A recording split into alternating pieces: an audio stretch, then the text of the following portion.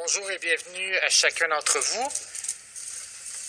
Alors, prendront la parole le premier ministre du Québec, François Legault, le ministre de la Santé et des Services sociaux, Christian Dubé, et le directeur national de santé publique, Dr Horacio Arruda. Monsieur Legault, la parole est à vous.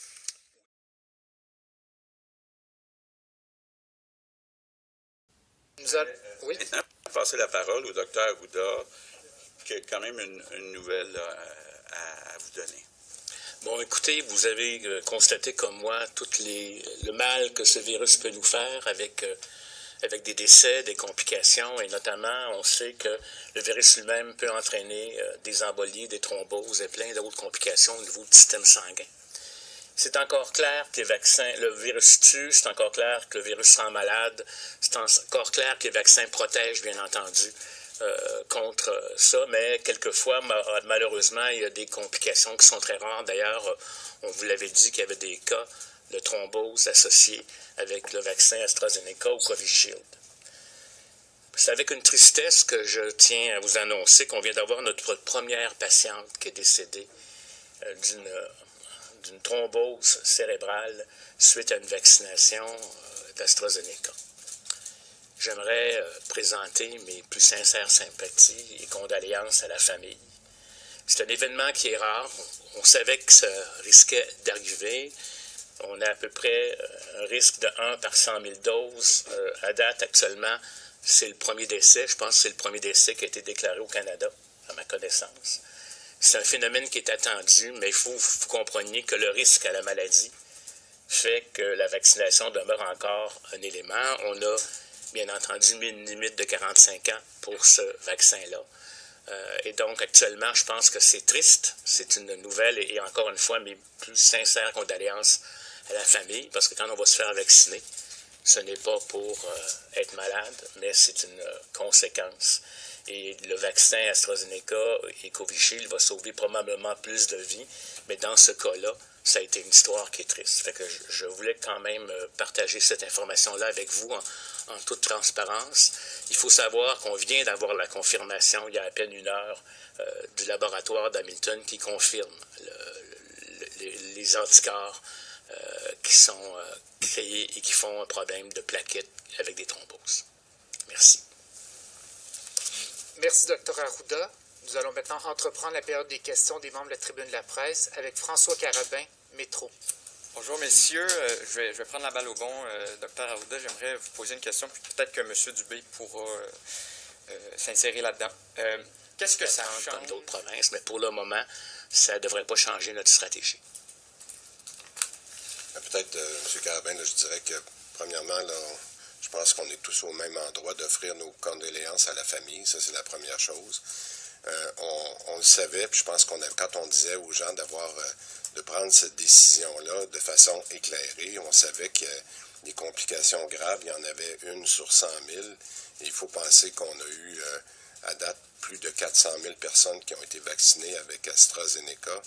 Puis avec celui-là, il y avait, je pense, 4 cas sous examen. Fait qu'on est exactement, malheureusement, dans la moyenne, mais on a quand même réussi à vacciner 400 000 personnes qui ont moins de chances d'avoir le COVID. Alors, c'est triste, mais c'est quelque chose qu'on s'attendait. Et dans la mesure où on va être capable de continuer à vacciner, c'est le genre de risque que malheureusement on doit prendre, mais je pense que c'est la bonne chose à faire. Merci. Ma deuxième question est pour M. Legault.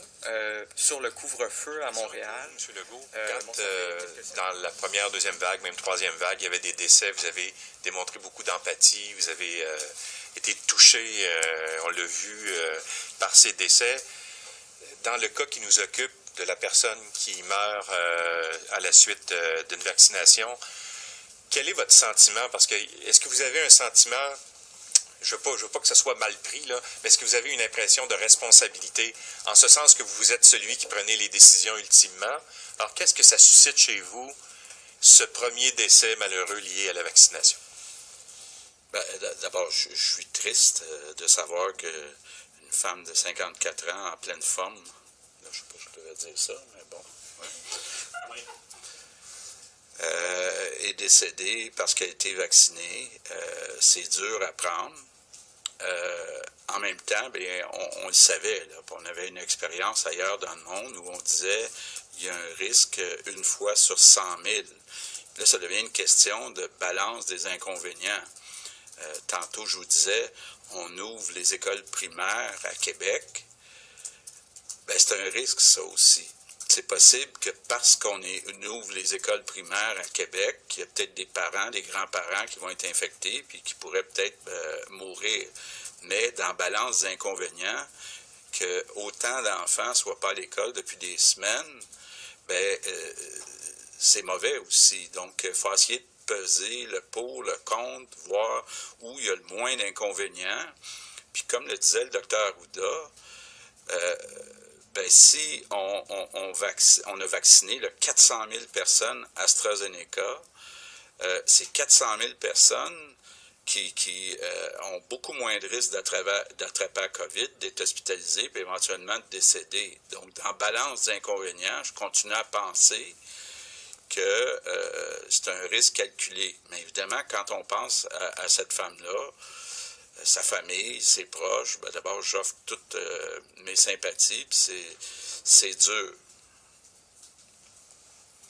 Merci. Oui, allez-y. Si vous me permettez, parce que je suis responsable avec mes équipes du programme d'immunisation. Vous savez, ça met un visage sur une statistique, puis pour nous, les statistiques, c'est toujours des personnes. Puis il n'y a pas moyen de savoir qui est la personne qui va réagir comme ça, parce que s'il y avait moyen, on le ferait, on ne donnerait pas le vaccin. Fait que c'est vraiment une balance de risque, etc. Puis ça nous attriste beaucoup. Là. Je peux vous dire que mes équipes qui font de la surveillance des effets secondaires, etc., là, quand on voit ce genre d'histoire-là, ça nous touche, puis on n'a rien que le goût de faire un hug à la famille en comprenant que elle n'est pas allée se faire vacciner pour mourir, mais c'est rare, puis on ne peut pas le prévoir, mais le vaccin demeure encore pour l'ensemble du Québec un grand bénéfice.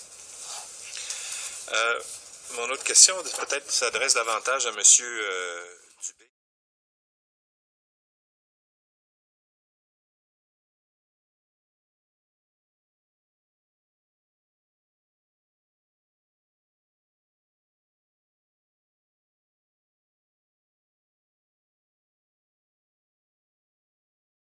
Si on se compare, si on regarde les décès, parce qu'en bout de ligne, ça reste ça quand même qui est important, puis qui est l'objectif de limiter les décès. C'est certain qu'un décès, c'est un décès de trop, mais quand on regarde en pourcentage de la population, on a beaucoup moins de décès au Québec qu'aux États-Unis ou que dans tous les pays en Europe, là.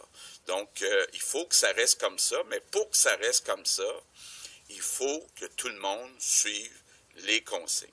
Ce que je veux vous dire aussi, c'est que notre réseau de la santé, il est prêt. Je vous disais hier,